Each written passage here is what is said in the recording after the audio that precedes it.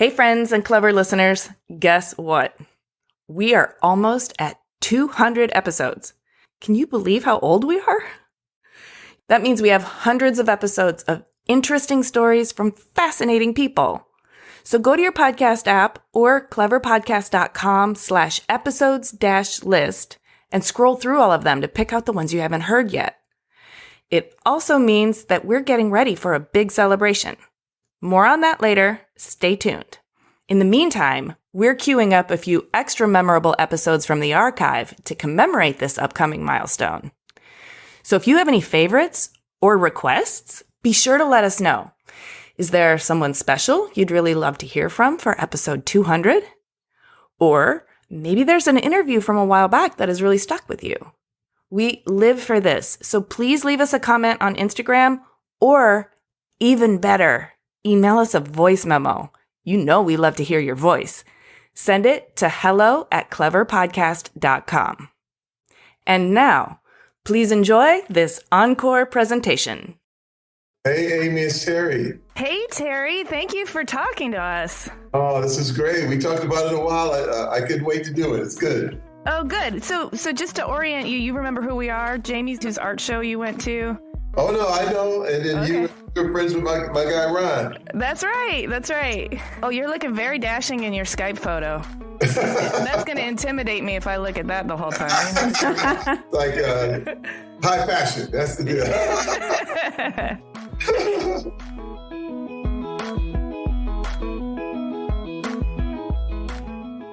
Hi, everyone. I'm Jamie. And I'm Amy, and this is Clever. Today, our guest is the artist Terry Crews. You may be thinking, I haven't heard of an artist named Terry Crews. Aha, but you have, because he is that Terry Crews. You know the actor who used to be a linebacker in the NFL? He's President Camacho from the movie Idiocracy, one of the best movies ever, Sergeant Terry Jeffords from Brooklyn Nine-Nine, and the hilarious high-intensity dude from the Old Spice commercials. I mean, he's probably one of the most lovable dudes in show business. Mm-hmm. He's also an author. He's written a memoir entitled Manhood, How to Be a Better Man or Just Live with One. And perhaps most importantly, he's a husband, father, and outspoken feminist. You're probably thinking, what does Terry Crews have to do with design? Yeah, well, we were thinking the exact same thing when he first started showing up on the design scene.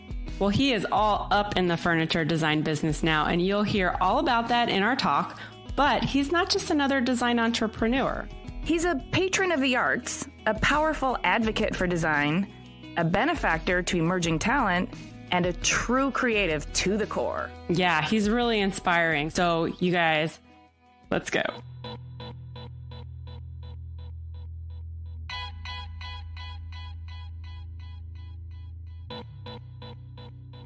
My name is Terry Crews. I'm in Los Angeles, and I am an actor, comedian, artist, husband, dad, and all of the above.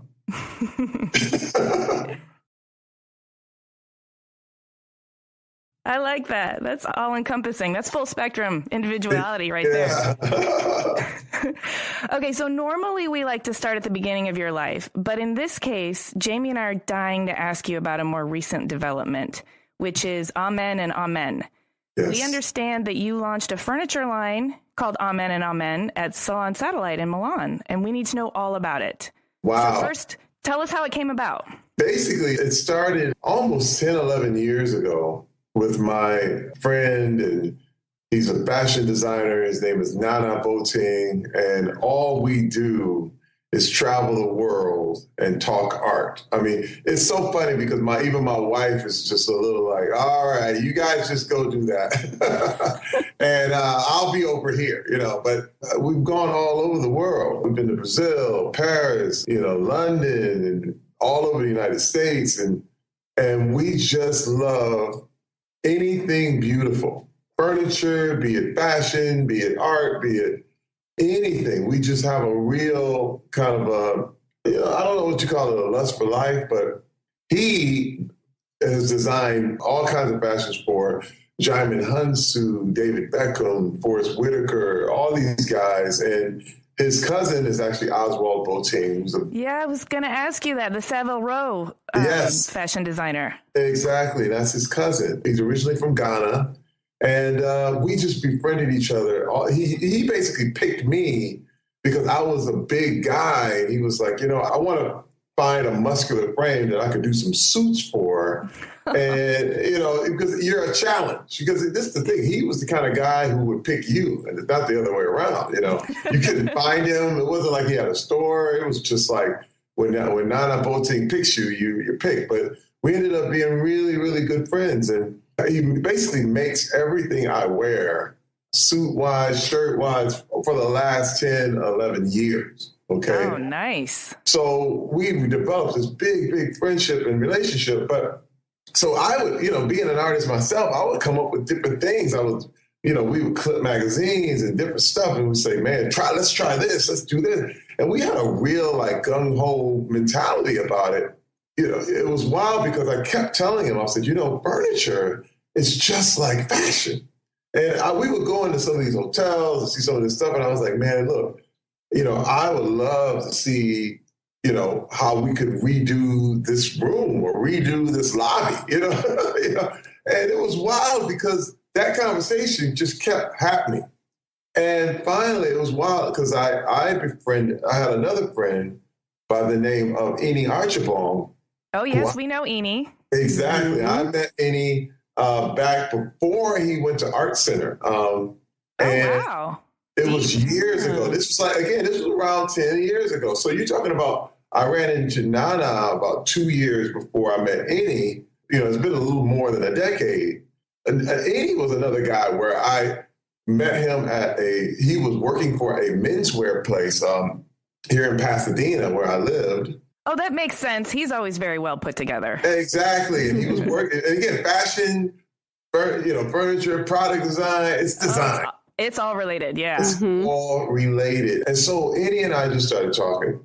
And every time I went into the store where he worked, we would have more conversations, and he was telling me how he was going to go to Art Center and the whole thing. And I was like, cool, man, I'm cheering for you. Well, literally almost 2 years ago, we had got out of contact. Nana and I had been doing things together, but Eni and I had got out of contact. And I said, I wonder what happened to Eni, So I started to search, and I found him on LinkedIn. And cool. I reached out, via LinkedIn, and I get a hit back like, hey, man, it's me, it's Eni. I live in Switzerland. I graduated Art Center. I studied in Singapore. I now am getting my master's in luxury at a university in Switzerland. I want my master's in luxury. Yeah. And I'm like, oh my God, Eni, that's great, man. And I hit him up. And I couldn't believe he had just got married and the whole thing. So he's living in Basel, Switzerland, studying luxury. So I said, Eni, check it out. I'm going to fly to Switzerland and visit you. And I'm going to bring my friend Nana. And literally, it was probably 3 months later during my break and my hiatus, I had just hosted the New Year's Eve show for NBC with Carson Daly. And the next day, on New Year's Day, I flew to Basel, Switzerland. And we met with Eni.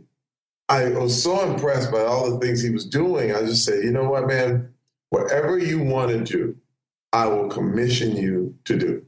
I said, I don't know whatever it is, if it's a watch you want to make, and I had a budget. I said, if you can do it within this budget, let's make something happen. Let's just do something. Well, oh my God, that's a dream benefactor right there. One of the biggest things for me that kills artists all the time is competition. And, everyone tries to get you to dumb your things down so that you can make it sell. And, okay, we have to sell this thing. I said, look, I'm going to give you no pressure. There's no pressure at all. We don't have to sell whatever you make. I mean, that's not even what we're trying to do. And what I said was, it was kind of weird because they were like, even my wife was like, why are you doing this? I said, sometimes shit just got to get made. Well, it's true. And you can really expand your creativity if you're not hemmed in by things like, well, this isn't going to sell or this is going to cost too much to ship. And Absolutely. Exactly. And that's what Annie was telling me. He said, a lot of times at schools, they would always tell them to calm it down because it's not going to sell if it's too wild or it's too this. And I was like, you know what? Let's just be as creative as possible. I gave him 2 rules. I said, I don't want any input at all. I don't want anything to do with it. And the second rule is that you have to be as creative as possible. I said, we have to take this to the next level. And I said, I trust you. And I want you to go about this like it's an art piece. You know what I mean? And lo and behold, he made a lighting sculpture, a couch, a coffee table, and an end table. And he basically designed it all in a 3D world. It didn't actually exist. But he sent me over the pictures, and I said, this is it. Let's do it. Oh, man. But what happened was he sent the designs into Salone de Mobile in Milan, and it was accepted into Salone Satellite, which was their emerging designers forum. And so now he says, look, man, it got accepted. If we can get this done, we can get it into Salone. And I was like, well, we got to do that. And we got it done. I mean, we shipped it into overdrive. We got marble carved by Vincent Dubois. We got Matteo Gonet did hand-blown glass. It was insane. I mean, we were just doing so much. I mean, I remember just sending money everywhere.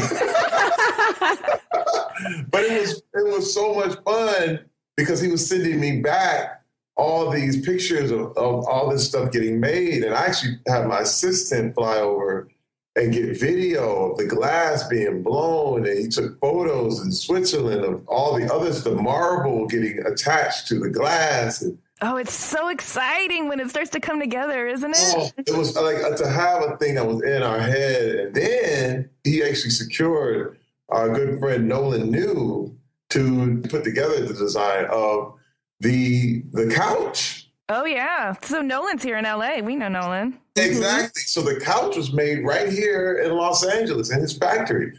So I would fly Annie back and forth from Basel. He came about 3 times, and he would check on how everything was going. And Nolan is anything you tell him to do, he actually makes it better. That was what was so shocking. It was like, we had an idea of what we wanted, and then Nolan came through beyond belief and made it actually better than what we thought it would be. That is the hallmark of a fantastic collaboration right there. Absolutely. It was insane. And so we shipped everything over to Milan, and I had my fingers crossed. And I got an Airbnb for everybody, and my wife and I went, and we secured our hotels and all that. I mean, it was a big, giant operation. And it was funny because I didn't know what was going to happen. You just wonder, like, what is this going to mean? What is this going to happen? And let me tell you, that's when the problem started. When we got there, it was like, okay, we need this for the booth. We need this for this. It was a major operation. It's no small feat. Oh, no, it was no small feat. I mean, it was everything had to be done. It was customs to go through and all this, but we did it. And I told Annie and said, there's no stopping 2 people who want to see something get done. You will always, always complete it. Like, it's like marriage. If 2 people want to be together, there's nothing that will ever stop them from being together, ever. And it's the same thing if you ever want to accomplish something. If you have 2 people that want to see it done, and the only reason something doesn't get done is because one person fell out. That's just the truth. You know what I mean? One person decided, nah, I'm not going to go all the way. But I said, there's no end to this for me. I'm going to finish this and see this all the way through. And it was a smash. I mean, smash. We had all the magazines and all the officials from Salone were there taking photos, and all the design companies came through, and they were like, I'll never forget walking out And one of the executives from a design company, furniture design company, Mui, came to me and tapped me on my shoulder. And he's like, "Is this you? Is this you?" And I said, "Oh, well, it's me and Annie Archibald." He said, "Oh my God." He said, "It's the best piece in the show." Oh, that feels so good. We were getting reactions from, Jerry Helling, the president of Bernhard Design, and they loved it. I mean, people were all I could hear was just the decor magazines. And then Dwell came and did a huge interview with me and Annie, and then we did a photo shoot in New York afterward, and it just came with all this buzz, you know what I mean? And it was worth it. It was worth it. It's one of the most satisfying, most amazing to actually be in Milan. And this is the thing. Nana and I, the reason we were actually talking about doing clothing first. We had last made up for shoes and clothing. But the thing is, because of Annie and this furniture opportunity and the fact that Nana and I had been talking furniture for so long,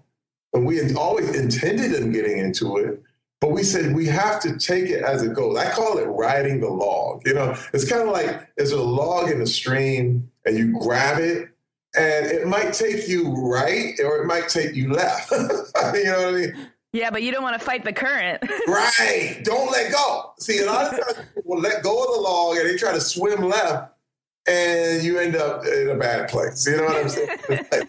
And you end up marooned and you're not going anywhere.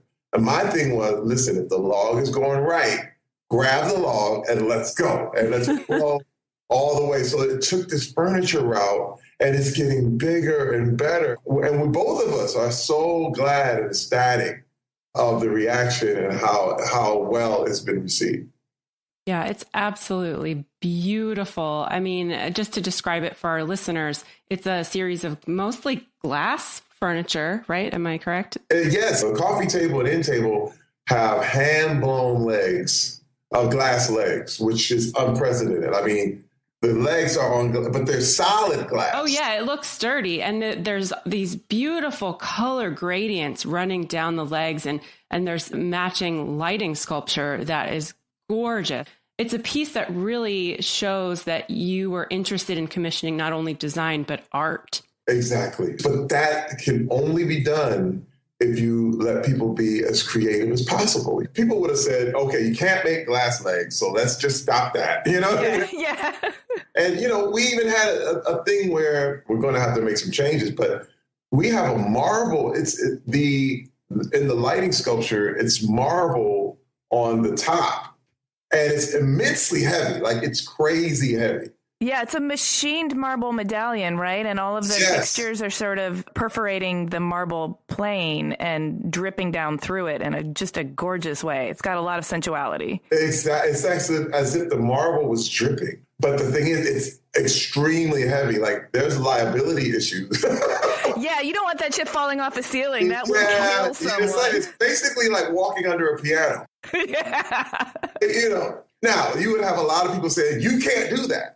But we decided to do it anyway. You know what I mean? Now, we can always make changes. We can make it out of another substance. We can do some other thing or whatever to make it safer. Or you can just make sure that a company is going to make sure it's extremely secure wherever it goes. But it's one of those things where there were no limits. Like, we just said, whatever we're going to think, let's do. Yeah, you broke some of the cardinal rules of design as well, which is don't put marble overhead and don't make legs out of glass. But it's always really exciting when that happens, when people sort of take those risks and rebel in that way. Exciting stuff comes from it.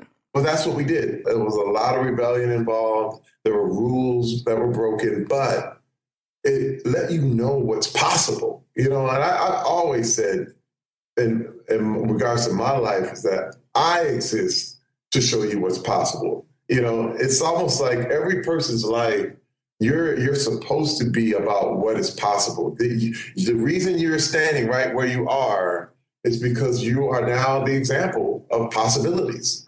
And if you go about your life like that, you know how special you are. You know what I mean? It's like you feel like you're just normal and everything's regular, but you are a confluence of a whole lot of accidents.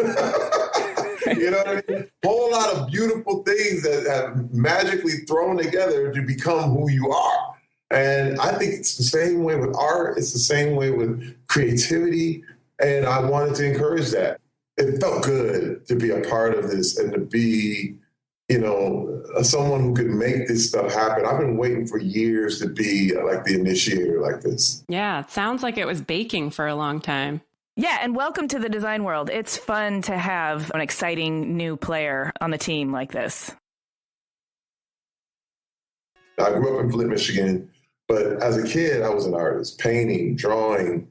Everything I knew was art involved. I mean, I was in high school, my pieces would always be in the showcase in the high school, but I would also be on the football team. So I did both. And I saw no real difference with that. Like, I never had a problem with running with the art kids and then going right with the football team. It was just, I could do a mind switch in that way. It was like, okay, shift your head into this frame of mind, and now you're over here. I've always been left-handed, right-brained kind of guy, but I love sports. And what was wild is that with this and with all that stuff, it really became just who I am. With the fact that I am an artist too, I came about it as if it was like, what would I want if I was doing this? You know what I mean? That's the approach that I took. It was almost like, even with acting, I take the approach of, if I was this character, what would I do? What would you like? And so when I do it that way, artists can get me and they can understand, because I'm one myself. And I've always loved design. I was a graphic design major in college. Art was my thing, even though I didn't get a degree because I actually left. I had 12 credits left at my university, and I went and got drafted by the Los Angeles Rams. And I went on to play football and the whole thing. But when I would get cut from my football teams, I would go back in the locker room and ask players if they would like portraits painted of them. And that's how I survived for years. Really? I was painting portraits of football players, of their families. I mean, all this. And my thing was, I was a very, I would do a lot of photorealism, but I would mix it in like a unique way. I would have like athletes standing over cities, over skylines, and the whole thing. And I did a thing called, it was the Larger Than Life series. So I would have all these sports guys doing all these great things. And believe me, as egotistical as most athletes are, they loved it and ate it up. That's how I got paid. You know what I mean? That's how you stay paid. Play with their ego. It's all good. The local media would always give me this write-ups where I was like this, football playing artist. And I was featured in Sports Illustrated years ago, before I was an actor, as an artist. And I mean, it's wild because I never thought I would become an actor ever. I always thought I would be involved in special effects or behind the scenes and much more in the creative, stuff. I thought I'd be painting backdrops, to be honest, in movies and stuff like that. That's so interesting. And yet there's a real through line to everything, because you're both tough and sensitive, which is kind of critical to being an artist. I mean, you have to have a high degree of empathy and creativity in order to even pour yourself into work like that, which seems like those are also two characteristics that are really necessary in acting. And yet both of those fields are so difficult. You have to be tough as nails. Yes. And so you seem like the perfect combination of those two things. And I'm still so surprised that society treats them like they're disparate when they're really just, two sides of the same coin sometimes. Yeah. I mean, when you're talking about acting is art. What I did was transfer everything that it would take to make a painting or to really make a really great illustration, and then you channel that into acting. That's what I would do. Like, I'm going to illustrate this character. If I'm going to play Terry Jeffords, I'm illustrating who Terry Jeffords is, and you do that by showing. The reason you say action is by movement and. It's not like we read it on the page, but you act it out, you bring it out. And same thing with illustration. You can have something in your mind, but unless you illustrate it, unless you act it out, no one's going to get it and no one's going to see it. Right. So it's the same thing. It's the same discipline, but using a different medium. It's like, to me, I almost describe it as it's like dance. Dance is totally just like illustration because you're trying to convey what message you're trying to convey, what story, what narrative are you trying to put out, but you do it through your body.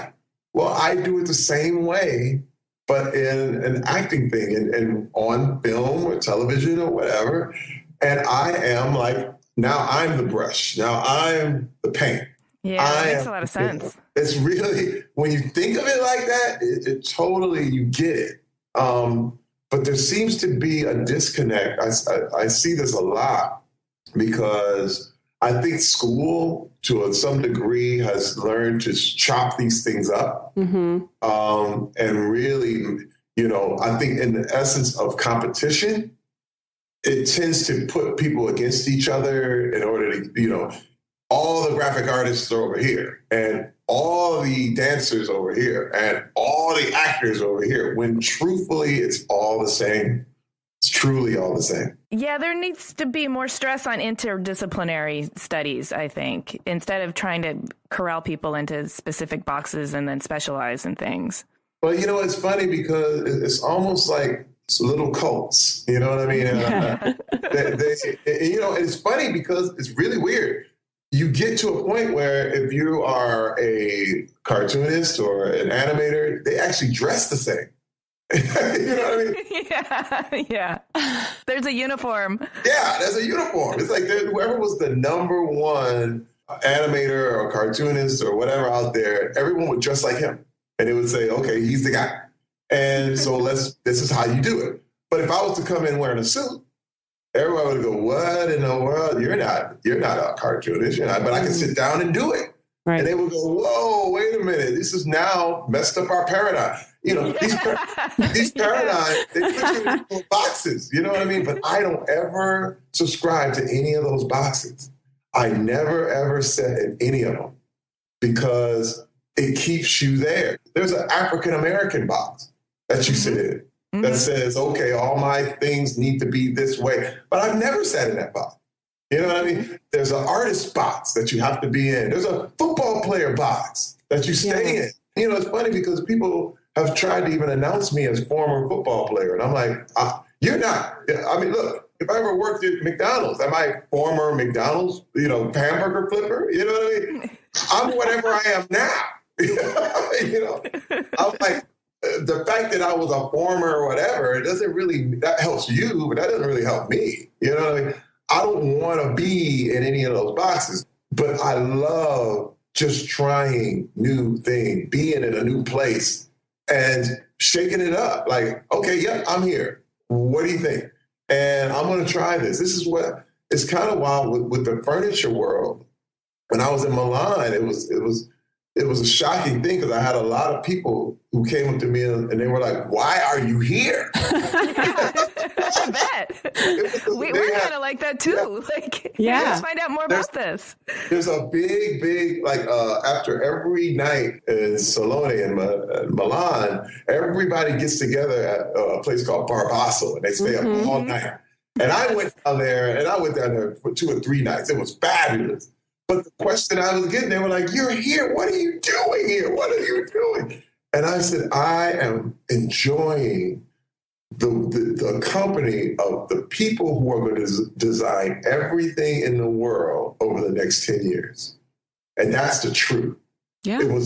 When I literally thought about the circle that I was in, and I thought about who was out there. And I mean, the crowd spilled into the street. It was amazing. Mm-hmm. I said, and I told my wife, I said, everyone here, the people who are here are going to design the way this world looks over the next 10 years. And it felt like I was on holy ground. You know what I mean? It was like, I ran into Bjarke Ingels and I was and I'm running into Mark Thorpe, and I'm running into all these great names and people, and David Weeks is there, and Nolan. It's just so incredible the names that I was watching that I always knew, and saw, and now I'm meeting them. And this is the reason I went right over into New York Design Week. Right after Milan, I came back out for the New York Design Week and felt the same energy. I got to hang with Sebastian Errázuriz, whom I'm like, I think he's the modern day Warhol. He's incredible. Absolutely incredible. In fact, I let him stay. I have a downtown apartment. I said, you stay there. I don't want you staying anywhere else. I'm taking care of my art friends. You know what I mean? Like, because I value the world so much. It's funny because the term starving artist is so commonplace because that's how much respect that the world gets. It doesn't get a lot of respect. Yeah. It's weird because people go, oh man, you can draw. You should be making $1 million. But these guys don't get noticed until after they're dead. Years. Yeah. You know what I mean? It's wild. It's a very tough living. It's tough. And the artists don't get the respect they deserve. And they become bitter. They become hurt. And they get real cynical. Mm-hmm. And I always feel like it's my job to almost therapize artists sometimes, because you have to wake them up out of because they've been hurt a lot. You know what I mean? Yeah, they're wounded. They are. They're very wounded people. They're like actors. Actors are very wounded. Usually you line up, it's a cattle call. They say, you, and the rest of you can go home. And, it's hurtful. It's just painful. It's a painful life. But I tell them on the way out, it's like, dude, it's worth doing. Hey, it's worth doing. Imagine any neighborhood that you ever had. You don't want to move in people with money and people. You don't want to move in a bunch of stockbrokers. You want to move in artists because as soon as you move artists into your neighborhood, your values go up. Yeah. Because they are going to improve your neighborhood. They have a vision. And without vision, what are you going to do? You have nothing. You have nothing. And when I look at a guy like Sebastian and his vision for life, his vision for things, I say, man, this is what the world needs. You need this more than you need charity. A lot of people think, okay, let's just find ways to give money to the poor and give money to. I say, no. You give money to the artists. They'll inspire the poor. You know what I mean? Like, it's so true because a lot of artists are poor themselves, But if you give it to them and they change a situation, change the way you look at something. Like Maya Angelou said this to me. This is one of the biggest quotes that I ever heard. It's like, if you don't like something, change it. And if you can't change it, change the way you see it. That is the artist's life, 100%. Wow. And I said, that is what art is all about. Changing the way you see things, changing the way these things are viewed so that you can understand it. Right. And I love it. And it crosses all disciplines from product design to art to, me being in Salone, I said, I saw a wall. It was a fur wall. They had fur wallpaper. It was a fake fur, but it was like this genetically, they had made this fur and it was a poofy wall. And I said, I would do that. Yeah. That I never even thought about that. But you go, my God, this is the changing the way you see things is necessary because if you don't, we're just going to stick in this conundrum of what we have. And it's just going to all look like, everything's just going to look crappy. I love this world. I love design. And let me tell you, the blog Design Milk, you guys, I'm following it for a long time, but it's like, oh my God, I want that. I want that. Every time I get around, it's like a new thing. I'm like, I want this. Because it changes the way you see a chair or see a building or see architecture. That's why I like Bjarke Ingels. Again, he makes this building that looks like a skateboard ramp. You're like, what? And it's right there. It changed the whole New York skyline forever. Mm-hmm. And I thought, this is the guy I want to hang out with. These are the people that I'm inspired by. Well, you have a real penchant for trying everything. You said that you exist to show people what the possibilities are, and you're paying homage to all of these other people who also show people what the possibilities are. Where do you attribute this fearlessness that you have to try everything and go into uncharted territory and completely unknown situations and experiences and just put yourself out there? I mean, that takes a lot of courage. Where did that come from? Did that come from childhood or something you developed over the years? Is it discipline? What do you say? I tell you, growing up in Flint, Michigan. Yeah, I grew up in Ypsilanti around the same time that you were in Flint, and Flint was harder hit than Ypsilanti for sure. But that was economically depressed. That's when all the auto plants were closing, and it was a pretty bleak place to grow up. It was very, very bleak. I grew up in the middle of the whole decline of the auto industry and the rise of the crack epidemic. So you're talking double whammy in a major, major way. This is what I'm talking about. A lot of people think that your environment creates how you feel, but the opposite is actually true. The people create the environment. And I'm going to tell you what the environment was. The environment in Flint, Michigan you had scores and scores of people who were super creative, super imaginative, and amazing. And they all traded it in for security. They traded in all of that so that they could get a secure job at General Motors or whatever auto plant. My grandmother worked for AC Sparkplug for over 40 years. You know, she put, a nut on a bolt and sent it on its way and did that every day for almost 10 hours for 40 years. She had dreams, she had goals, and she traded it all in for security. Now, again, she was doing better than her parents did. Mm-hmm. But when I was coming up, I was like, that is not going to be me. I don't need security. You know what? If that's security, I don't want it. Because what happened is everyone found out that it wasn't secure in the first place. Right. The rug got pulled out from underneath. Oh, when it all ended and they found out they weren't secure, they all wished they had started that idea, wished they had went after that dream, wished that they had done what they always wanted to do. Yeah. And it was too late. Yeah. I'm trying to tell you, it was like Body Snatchers. I mean, it was literally Walking Dead. They were like, I put all this in here and it's gone? Are you serious? And people went nuts. People were going crazy. They started selling drugs. They started going after people. It was a lot of murders. I mean, for a long time, Flint, Michigan was the murder capital of the United States, okay? Because people were like, you tricked me. Yeah. You know what I mean? And then people got entitled and all, it was just nuts. And the whole thing was when I was growing up, people were telling me, because I was telling people I had big dreams. And they were like, you know what? You know, what makes you think you're going to get your thing? And it was a lot of that going on. I mean, there was a lot of like, anytime you even tried to be the crab that crawled on the top of the bucket, and it was like another one that just kind of, pull you back down, you know. I had a coach who told us, you know what, y'all ain't going to do anything. You ain't going to do nothing. And that was his way of positive reinforcement, right? Like oh my God. He thought that he was going to just kind of scare us straight into like, okay, no, I'm going to do something. No, you ain't going to do nothing. The problem is 99% of the people believed him. Yeah. That was the problem. I never believed it. It's heartbreaking. And this happens to a lot of creative people too. Tons. They tell you, you can't do that. You can't do that. What are you doing?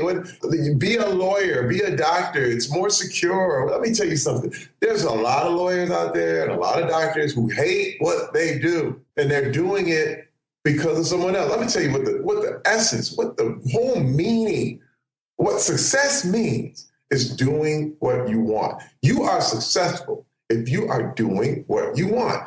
But imagine if you make $100 million doing what somebody else wants you to do, you ain't successful. That's the truth, because you're miserable, because you're not doing what you want. You're making $100 million doing what somebody else wants you to do. And you hate life. And that's why money will never satisfy. That's why It doesn't work. That stuff doesn't work.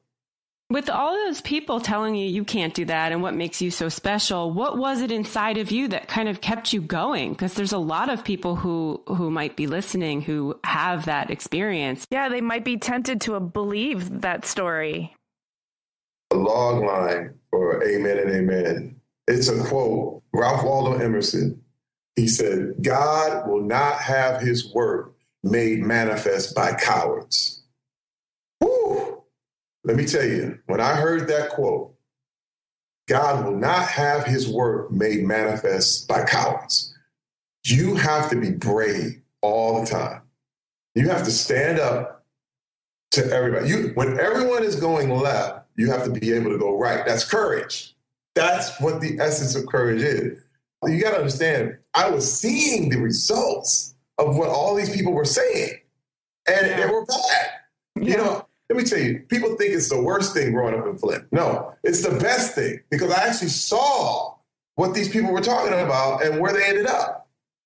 And whereas if you're in a nice city and someone could tell you that, you don't really feel the thing. It's kind of like they say the frog in water syndrome. If you put a frog in hot water, he'll just jump right out. But if you put a frog in lukewarm water and turn up the heat, he'll just sit there and die. I was a frog in hot water. You know what I mean? You're like, get me the hell out of here as fast as possible. I was like, I got to get out of here. I got to get out of here. This is crazy. You people are talking crazy. You know, and I did, because when they would tell you, you know, you ain't going to do nothing, and what makes you think you're going to, I'm like, dude, it's better than what you're doing. I said, look, what am I supposed to do? I mean, trade it in and go work in a factory somewhere and for them to yank it out from under me? I said, that's not going to be me. I'd rather do what I like. Let me tell you, when I retired from the NFL, I had problems because we didn't have any money. I wasn't a successful guy playing in the league and the whole thing. So my wife and I, we said, look, let's just move to LA, you know, because we can be broke anywhere. Yeah, right. Why be broke here? Let's be broke in the sunshine.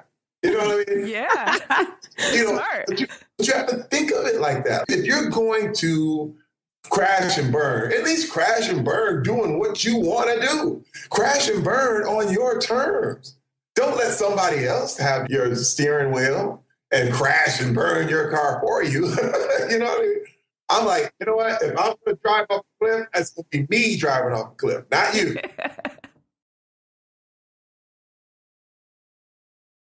But let me tell you, the magical thing is that as I was driving, new things kept popping up. Great things kept happening. Like we didn't crash and burn. In fact, it got bigger. It got better.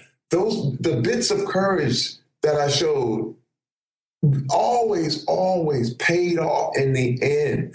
Artists are the most courageous people ever. And let me tell you, when you see a true artist who stands up and does their thing, everybody wishes they were them. You know what I mean? And I wish I could train in all that and be that brave. Let me tell you something. There's only one way to live. It's only one way to live. And you got to trust your gut. It's that voice that's deep inside that says, just do it. It's the reason why I went to Milan. It's the reason why I'm acting now. The first acting audition I ever went on, I remember asking my wife, I said, this guy's invited me to act. I'm like, I never thought I could do it, but what do you think? She said, honey, we don't have anything. So what are you going to do? You know, just try it. You could just go home afterwards and the whole thing, but why don't you just give it a shot? And that's what I learned. It's like you do a lot of things and try them to see if you like them. And this is the deal. I found out that acting was my calling just by trying it. I mean, I didn't know. You know, it's like Kobe. You give Kobe a basketball. If Kobe had been raised in South Africa, he may have been an okay soccer player. You know what I mean? Right. See, somehow he got a basketball and he became one of the greatest who ever played. But that's how I feel, because you try it and you do it. How will you ever know? The best oil painter out there hasn't even painted yet.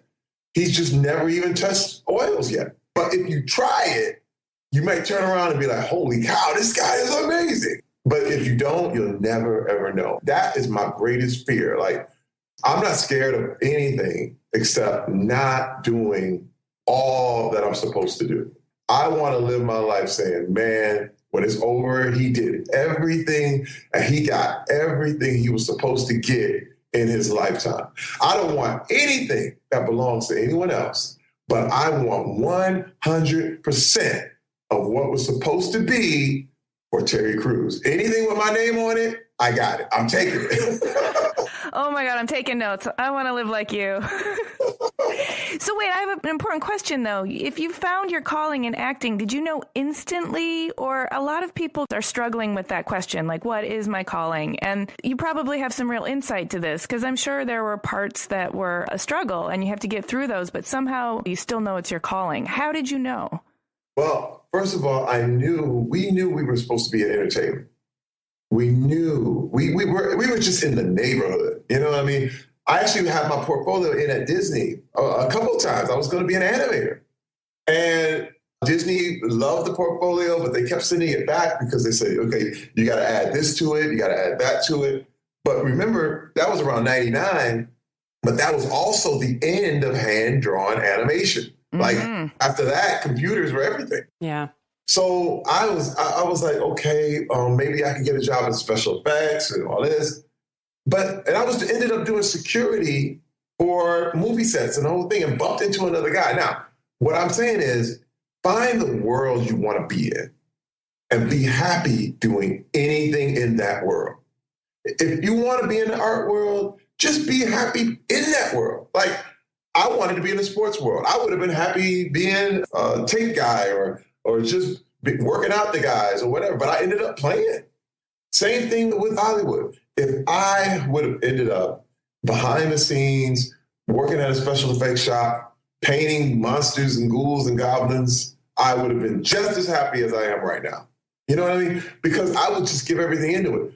But when you give everything, when you give a little bit more than you're expected, it always takes you higher. You can't figure it all out, because it's never going to be spelled out for you. And that's the thing, too. I have to tell people a lot of times, school has trained people to just line up and take the obvious route. Mm-hmm. But, you know what I mean? It's kind of, in fact, school tells you a lot of times you're not going to make it. Like, you're doing this wrong, you're doing that wrong, and this is the way to do it. But a lot of people who decide they're going to have to really, really do it, you almost have to buck what the school has been telling you, you know? Now, I love school. Don't get me wrong. School is absolutely essential, but it's only part of the piece. You know what I mean? Yeah. Yeah, it sounds like you're championing independent thinking along with a formal education. It's exactly like when people feel like, okay, I got my degree, I should be doing this right now. But that's not the way it works.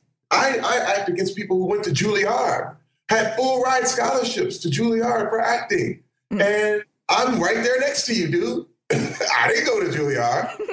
I'm not that guy. You know what I mean? Hey, I'm in Milan. But I didn't go, I didn't go to Parsons. Mm-hmm. I didn't go to Art Center. But I'm there. You know why? Because school is necessary, but there's a missing piece. And I like to tell people a lot of times, talent is overrated. There's an independent thinking. You got to want it. Once you figure out what you want, my God, nothing can stop you after that. And I knew we were going to make it in LA, but I didn't know what it was going to be. That's the thing. So my thing for people is just to be courageous and figure out what it is you want. Now, you're going to have all kind of detours, but ride the log. You know what I mean? Yeah. The log took me right. We had clothing in mind, and it ended up in furniture. We didn't resist. You thought you were going to do special effects, and you ended up in front of the camera. I didn't resist it. You don't resist. Let it go. It's funny because people have their whole futures lined up and picked out. But if it goes left, you feel like you're doing something wrong, but you're not. You're not doing anything wrong at all. You're part of the world. And it's funny how everything comes back around in this really crazy, fun way. The most successful, amazing people that I have met have never taken a conventional route, because there is no such thing as a conventional route. Everybody's story is different. It doesn't have anything to do with personality, because a lot of people think, well, he just has this outgoing. I know very, very quiet, very, very meek and mild people who are amazingly bold at what they do. Mm-hmm. You know what I mean? You just have to have passion. If you have passion for something, don't stop it. Never, ever, ever let anybody take your passion, ever. And that doesn't mean being loud or whatever, or just screaming and hollering. It means you just will not give up, ever. I love that. I'm so inspired now. I know. I want to go out and do a whole bunch of new stuff I've never done before. And do it. Just try it. Try it. And listen, what's going to happen is you're going to feel out of place. You're going to feel really weird.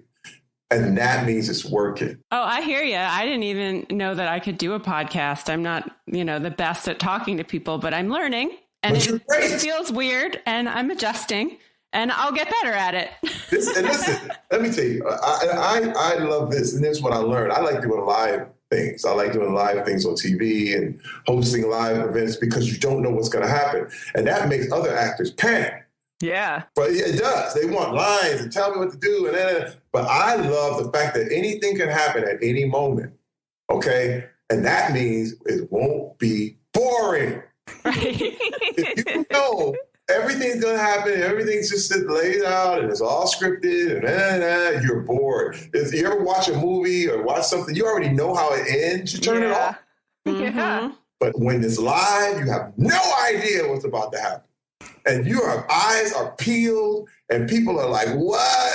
And the energy is flowing. Let me tell you something. That's art. Like, oh my God, what is about to happen here? And I live here. I love living here. Love living here where you don't know what's going to happen. I told this to David Weeks and he said, this is weird because he said, this changed my life. I was like, man, I said something to change David Weeks' life. Blew me away. I told him there's a big difference between fear and excitement. They feel exactly the same, okay? But know that you're not scared. You're just excited. And he went, oh my God. Because a lot of people have fear and they think it's fear, but you're not fear. You're just excited. Your body is reacting the same way as it would to fear, but it's excitement. So don't ever think you're scared. You're just excited. Once I found that out, I could do anything. Because I'm not scared. I'm just excited. Oh my gosh, that does change everything. It does. It changes everything. Everything. When you go into a new relationship, a new person, I'm not scared of this world. I'm excited about the world. Now your body says, it's almost putting an optimistic spin on your situation. But when you go, I'm scared, you immediately, your body reacts as shut down, get away from it, fight or flight. You know what I mean? And it gets weird. But when you say, I'm excited, you embrace these things. You get into new situations. You understand what the stuff is and call it excitement. Call it what it is. And I'm telling you the truth. I am not lying to you. You are not scared. You are just excited. And this is for every artist out there. That has been so inspiring, and we can't wait to see what's next from Terry Crews in general, but also in the design world. Can you tell us what's coming down the pike? Which way the log is going? I know the log is going. Log is going a great way. Very, very, I cannot announce it yet, not at all. But I have some very, very big meetings coming up. Very exciting. Will you promise us to come back on the podcast when you can announce it? No. I promise you're going to be the first one that I call. Oh, I like that. When this goes down, it's going to shake up the world. It's so exciting. It's so beyond belief that I was like, oh, man. You know what I mean? And it takes a lot to make me go, oh, wow. This is one of the things that's happening. And when you hear about it, you'll go, that's exactly what he was telling me about. I hate to jinx it. It's almost like telling people you got a movie or after a while, you just let it come when it's supposed to come. That's another thing I learned. Just relax, you know? Well, you've definitely planted the seed of antisipation. Now we're all salivating to hear what this is. Oh, but it's coming and it's going to be enormous and it feels so good. You know, this is the world I love. This is the world I want to be in. And I'm not leaving. Hello, design world. Terry Crews is here to stay. Art world, I'm never leaving. Remember this face? I'm here.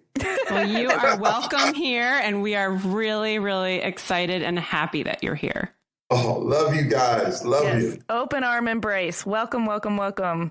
And thank you so much for talking to us. This has been amazing. Thank you, Amy, Jamie. Again, I love you guys, and you have no idea how influential the work that you guys are doing right now. I'm telling you, it's absolutely phenomenal. Well, thank you. Now I have a big head. I'm going to tell everybody. You deserve it. You deserve it. You did a great job. You guys, great work. It's awesome. Well, we'll see you at the next design event. Oh, you got it. Thank you so much. Thanks, Terry.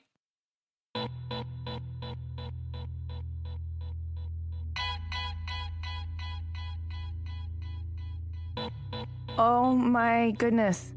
I'm so inspired. We had no control over that interview, just so our listeners know. We had a whole list of questions prepared, and Terry just took it from us. But you know what? We rode the log. We did. Jamie, we just rode the log with Terry. We demonstrated exactly what he meant by that.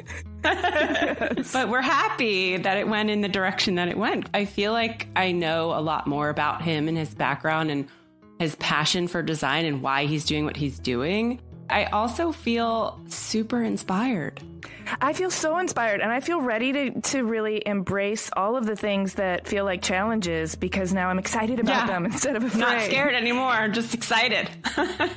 Just his spirit. I mean, he just has always had a macro perspective on his situation, right? He never seemed mired in the details. He always was able to zoom out and say, hey, this isn't what I want. I'm not staying here. And I'm not going to believe what you're going to tell me about this situation. Yeah, I'm going to make my own. And I think there's a lot of times when people are like stuck in the mire and they're trying to climb out, they can't really see past what's in their face. But for some reason, he was able to step back and look at things from a 20 or 30,000 foot view and get perspective. And a lot of people are unable to do that when they're stuck in something that's really a challenge. I'm actually really, really touched and amazed and so happy that he's such a champion of design. Oh, yeah. And art. And he's such a vocal advocate, and he gets that these are the people that are actually going to see a better future, and they're going to be the ones who are able to execute. I mean, he sees that. And so he's doing his part to reflect some of the light that shines on him onto the design world. We need it, and we're grateful. So grateful. So, I just think it's beautiful. And not to mention, he's got like 1,000-watt smile. Oh, yeah. He's very charming. One of the other things that I really admired about him is that he's almost bringing back that patron/benefactor, patron of the arts kind of situation where he is, commissioning things and supporting things. And we don't see that as often. And he's in the public doing it, which is even better because he's being vocal about it. So many people team up with talented designers because they want to exploit them somehow. They want to venture to make money, which is fine. Everybody needs to make money to earn a living. But he's just trying to support creativity because he knows without the pressure of having to turn it into a money-making business, that creativity can really flourish. And when you let creativity really flourish, when you break some rules, when you get rebellious, when you champion a designer like Eni Archibong, people take notice. And he's so multi-talented as well. I admire that he looks at new things as not so much a challenge and with no fear, but much more excitement. And I think if there's anybody who's in a job that they're not sure about, or if there's just a challenge that's coming up that they're struggling with, I mean, you have to channel your inner Terry Crews, like just put his voice in your head. And I think I'm going to do this moving forward too. Whenever my inner voice says, you can't do that, I'm going to re-listen to this and put Terry Crews in my head. Yeah, he'll just be saying, you're not scared, you're excited. And on that note, thank you so much for listening to this episode of Clever. If you want to see some images of Amen and Amen, go to our show notes at cleverpodcast.com. And you can see pictures of Terry's artwork as well. And we would love it if you would subscribe on iTunes or Stitcher, wherever you get your podcasts. And also give us a rating or write us a review. That really, really, really helps us out. And we're so grateful. Yes, we love hearing from you. And we're on social media at Clever Podcast on Twitter, Facebook, and Instagram. And we love reading all of your comments. Continue following us and giving us your feedback. Yes, we're listening. And special thanks to Chris Modal of Your Studio for editing this episode and L1011 for our music.